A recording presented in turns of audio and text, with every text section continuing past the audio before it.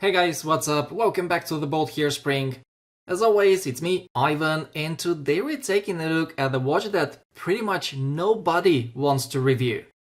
The Addieskin K001. Let me tell you straight away, this thing is genuinely impressive.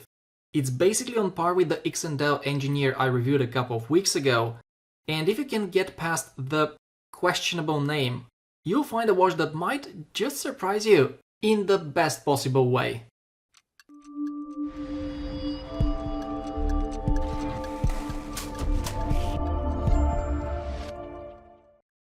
I bought this watch from the Addiesliver diver watch store on AliExpress, but there are a few other shops that sell it as well, so I'll link the one with the lowest price.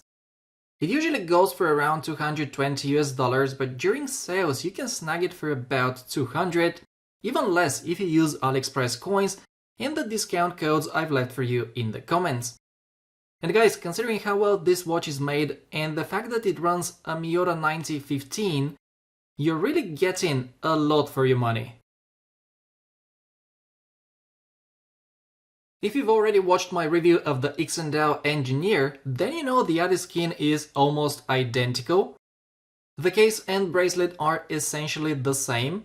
Addieskin simply removed the crown guards, but the dimensions remain very close.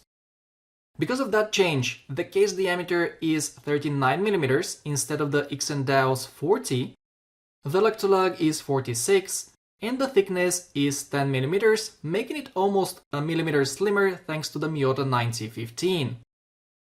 On the wrist, the Addieskin wears almost the same, which is great news because these are some of the most comfortable integrated bracelet designs I've ever tried. The balance is fantastic, and in this particular case you also get plenty of wrist presence thanks to this very eye-catching red dial. Guys, the main reason these watches wear so well is of course the bracelets.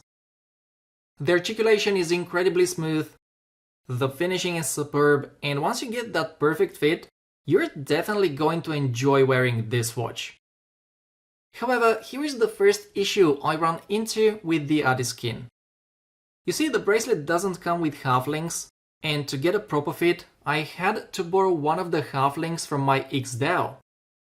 The result is excellent, but realistically, I shouldn't have had to do that because if I didn't already own the Engineer, I wouldn't have been able to enjoy the Addieskin as much.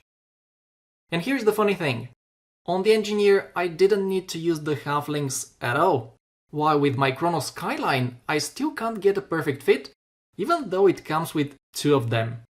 So yeah, nothing is guaranteed, it all comes down to your wrist size, but having a half link definitely increases your chances, which is why I think Addieskin should have included at least one.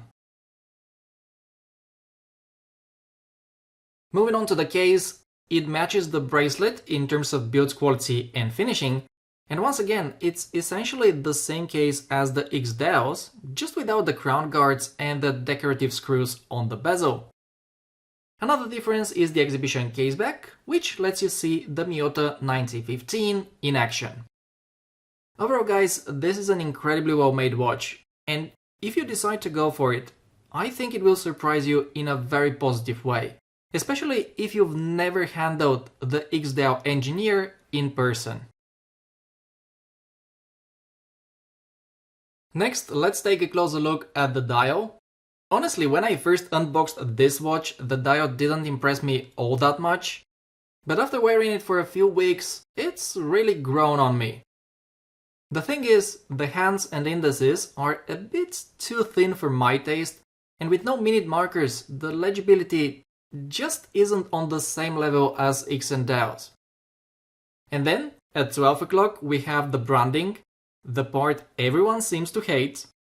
And guys, I'll tell you straight away, as a non-native English speaker, it doesn't bother me at all. In fact, to my ears, it sounds way better than Suggest or Cistern.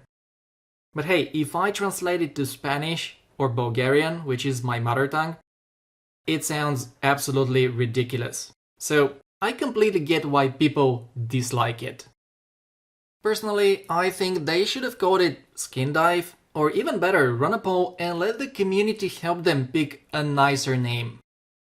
That said, I have a strange sense of humor, and after spending some time with this watch, I actually find the Addieslung, Addieskin branding, kind of hilarious. But hey, as always, that's just my opinion, so let me know what you think about it in the comments below. Does the branding ruin it for you, or do you find it as funny as I do?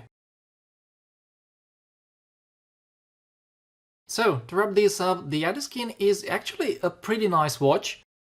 The case and bracelet are genuinely excellent, the dial is far more charming once you spend some time with it, and inside you're getting the Miyota 9015.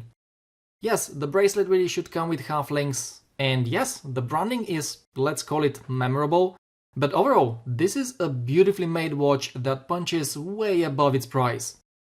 If you're looking for something with great wrist presence, solid specs, and a movement that won't let you down, this one is definitely worth considering. That's it for today's review, guys. Thank you so much for watching and for spending a bit of your day with me.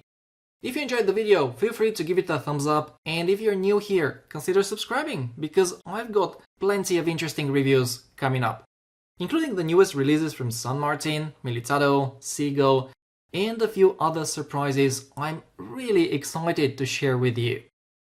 Take care everyone, and I'll catch you in the next video.